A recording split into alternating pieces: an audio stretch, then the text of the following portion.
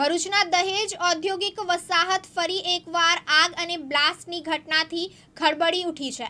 આજે વહેલી સવારે દહેજની યુનિવર્સલ નામની કંપનીના ગોડાઉનમાં પ્રચંડ ધડાકા સાથે ભીષણ આગ ફાટી નીકળી હતી। આ ઘટનાને પગલે સમગ્ર વિસ્તારમાં ભય અને દોડધામનો માહોલ છવાઈ ગયો હતો। પ્રાથમિક માહિતી મુજબ કંપનીના ગોડાઉનમાં વહેલી સવારે એકાએક જોરદાર ધડાકો થયો હતો।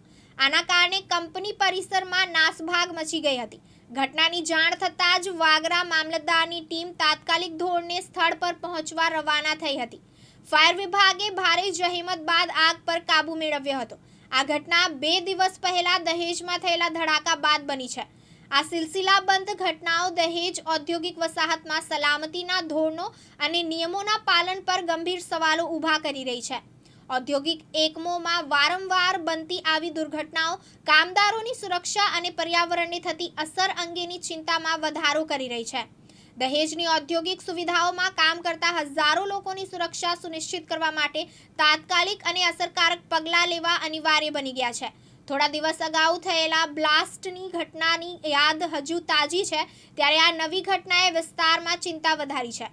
જીતુ રાણા, દિવ્યાંગ ન્યૂઝ, દહેજ, ભરૂચ।